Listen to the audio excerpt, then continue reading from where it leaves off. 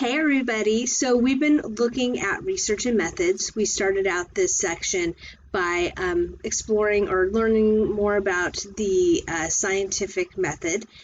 From there, we went on to talk about different research methods in themselves, like naturalistic observation, case study, all those fun things. Today, though, we're going to look more at what does the experiment really look like? What are all the working pieces of it? Okay, so I'm going to try to use a lot of examples in this section to be able to put things into context. So it's just not throwing out terms at you, but I'll let you know there are quite a few terms for you to write down. But hold on, we're going to do this. So the first term we're going to look at is the term experiment. An experiment is a deliberate manipulation of a variable to see if corresponding changes in behavior result, allowing the determination of a cause and effect relationship. I'm going to try to reword that a little bit for you just to make it a little bit easier to understand. Basically, experimental research is research in which the goal is to determine the cause and effect relationship between two variables. Basically how we do that is we manipulate one variable and then we observe changes in the other variable. So to give you an example, let's say we wanted to do an experiment on how does social media affect self-esteem? Well, we have two variables, right? Our variables are social media and self-esteem. Well, probably the easiest way to manipulate either one of those, we can't really manipulate self-esteem because, well, honestly, that just would not be ethical.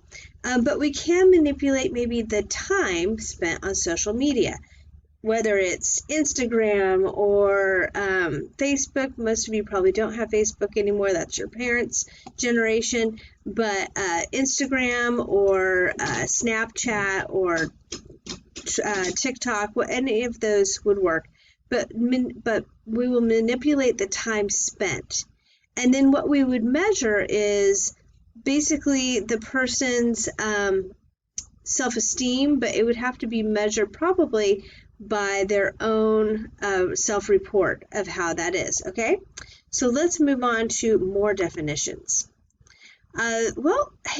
Operational definition. Basically, for in any experiment, we want to be very clear of all the moving parts. So it's the definition of a variable of interest that allows it to be directly measured. I found a little clearer of a definition, though, in another textbook. It said a specific measurable definition of a variable for the purpose of a scientific study. So again, we want to, if you said, okay, social media, well, when I went through all the different types of social media, that was me operationally defining what is social media. Because somebody might define social media as any kind of electronic communication between people. So maybe texting would be involved, or we would clearly say texting is not involved. That would be having an operational definition. The other two pieces of variables here are very important, and that is what we're going to do our homework on this week, identifying the independent variable and the dependent variable. So the independent variable is the variable in an experiment that is manipulated by the experimenter. It's basically the thing that can change. So when we were talking about limiting social media time, we are changing the social media. That would be the independent variable. The dependent variable is basically what the experimenter is measuring. So in our little experiment, it would be self-esteem.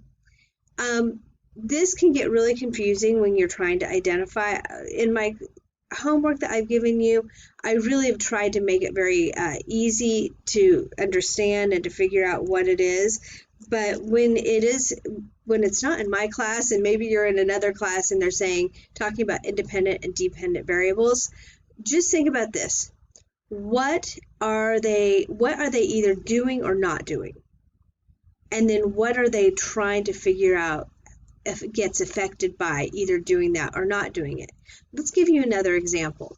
If I was doing research on a new medication, let's say it was a new medication to treat coronavirus. Well, I would give my new medication to patients, and then I would also study patients who did not have my medication. That would be the independent variable, my medication. What would the dependent variable be in that experiment? Well, how my patients do. Are they getting better? Are they not getting better? I'd be measuring their response to the meds. And so that would be the independent variable would be meds. The dependent variable would be my patient's reaction to the medication. Are they getting better? In an experiment, we also have two groups of people. We have the experimental group and the control group. The experimental group is the subject in an experiment who are subjected to the independent variable. So again, our coronavirus medication, they're the ones receiving the medication. And our control group would be those who were not receiving the medication or who may have been given a placebo treatment. And we'll talk more about placebos in just a minute. It is important to have a control group to see, again, what is normal and what is not normal. Your control group would be something that would be without any changes. What is the normal course of action or the normal behavior of a person or whatever you're studying? Groups are also randomly assigned, and this can be really important for an experiment to be successful. If I only did an experiment on my friends, number one, I might lose some friends that way, but number two, it wouldn't be good science because, well, I hang out with a certain group of people, and it would not really speak to the validity or speak to the population across the board, right? So by randomly assigning, it's the process of assigning subjects to the experimental or control groups randomly, so that each subject has an equal chance of being in either group. Later on in this semester, we're going to talk about a really famous experiment that was done at Stanford University. Some of you may have heard of it. It's called the prison experiment. And in it, they had college students apply to be a part of this study. They had to go through some psychological testing, and once they got, I think, 12 men to do this experiment, they randomly assigned them into two groups, one either being prisoners or the second to be prison guards. By the random assignment, it made them equally as likely to have been in either group. So it wasn't part of their personality that affected the experiment per se. So random assignment can be really important. Okay, I told you we'd get back to the placebo effect. This is an experimental hazard. Placebo effects are the phenomenon in which the expectation of the participant in a study can influence their behavior. I have a really quick video that I want you to watch that will give you an example of that, so hold tight. Hi there and welcome to Brain Stuff. I'm Josh Clark and this is the Brain Stuff where I teach you about placebos and their effect. You've surely heard of placebos before. They're those phony drugs that real drugs are tested against. Placebos mean I will please in Latin, and originally it was applied to fake mourners who were hired to attend funerals during medieval times.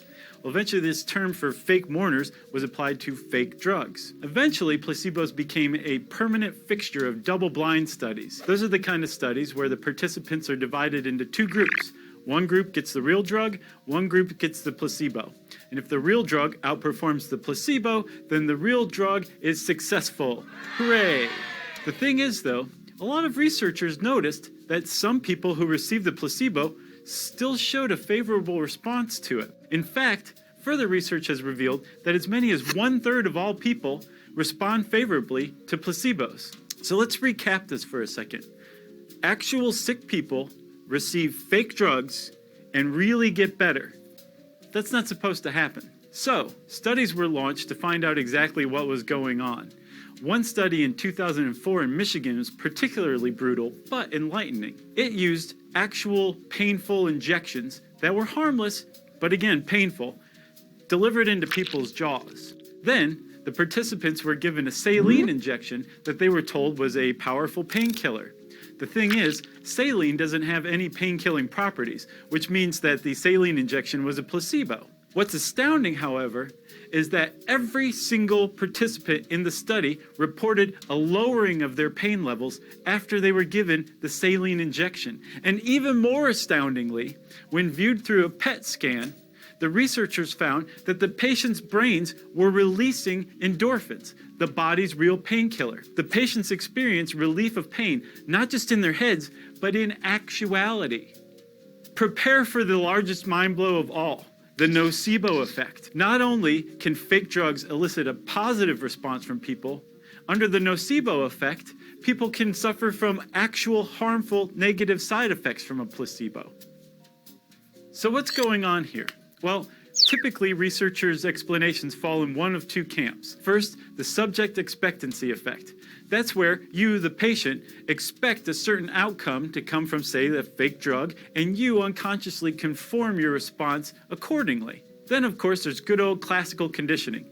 But instead of Pavlov's dog salivating at the sound of the bell, patients respond favorably to what they perceive is a real drug, even though it's fake. We have to say, however, that the jury is definitely still out on exactly what's behind the placebo effect. Now, ethically, there's kind of a wrestling match going on. On the one hand, the idea that people can heal just through the power of their bodies rather than having to take powerful drugs that often have negative side effects is, as Martha Stewart would say, a good thing. But on the other hand, being truthful, honest, and transparent with your patients is a central tenet of modern medicine. So what is a physician to do? Well, some clever doctors have come up with a loophole. They can give a placebo as a cure to a patient, but they have to say they're not sure how it works. All it's missing is the wink and the nudge. So where do you fall on the ethics of placebo? Let us know in the comments below. Wow. So a placebo can be really powerful. Just be aware of that, because I think it's something really important to know. That sometimes when we at least have the expectation that something's supposed to help or change, sometimes we fall into that just because there's an expectation that that's going to happen. The other thing that can be an experimental hazard is the experimenter effect, which is the tendency of the experimenter's expectation for a study to unintentionally influence the result of the study. So I want you to think about this. Let's go back to our study that we were going to conduct for the coronavirus. Don't you think that the researchers are wanting their medication to work? They are. And so they may inadvertently, not meaning to, only focus or see the things they want to see in an experiment. So then when they actually publish the study and talk about it, remember that's part of the scientific method, is to tell about what we did, they may leave out some of the details like, well, this medication causes you to grow a second head, or any kind of a weird phenomenon that might happen in an experiment. Usually it's nothing that drastic. Usually it's, other kinds of things that, again, they don't go noticed, because an experimenter is only looking for the success in what they're trying to do. This brings us, though, to how we've tried to basically make up for that in how we design a research study. There are two kinds of studies, the single-blind study and what they call the double-blind study. So a single-blind study, this helps with the placebo effect in the fact that the subject does not know if they're in an experimental group or a control group. And they'll be told that, hey, we don't know which one you're going to be in. I will tell you, my mother passed away last year of cancer, but she went through Stanford University to get her treatment. and that is a research hospital. And so it was really fascinating from a scientific standpoint to see she was in several different experimental trials for medication. And it really was amazing to just see their process. She was in, I don't know if she was in single blind studies, but I can tell you that that was part of their protocol, was to tell her, we can't tell you which group you're in, if you're in the experimental group or the control group. I think she was in a single blind study, not a double blind, because I want to say the doctor knew in her case what she was being given. A double blind study, though, is a study in which neither the experimenter nor the subject know if the subject are in the experimental or control group. So this helps take care of the experimenter bias. If you've ever watched Grey's Anatomy, and I know several of you, at least several of you have, if you can remember back to early seasons when it was McDreamy and Dr. Gray were working together to try to come up with a treatment for Alzheimer's. And if you remember specifically, they had a protocol where like a computer came up with which group a patient was going to be in, if they were going to be in the experimental group or the control group. But the doctor was not supposed to know until the very last minute. And then that was not the doctor who would really follow up. That was not their primary care doctor. It was the doctor who was only doing the research. And so they would go ahead and break a seal on an envelope, and that envelope would tell them, this is what group, this person is getting the placebo or this person is not. In that particular, and again, this is a TV show, it's all fake, but in that particular study, what would really happen is the surgeon would not be following up regularly. It would be the person's regular doctor, and they would be measuring and telling what the response of the patient was. And then they would report that back to the researcher. But that doctor would not know if they were in the experimental group or the control group. Okay, so that is it for the experiment.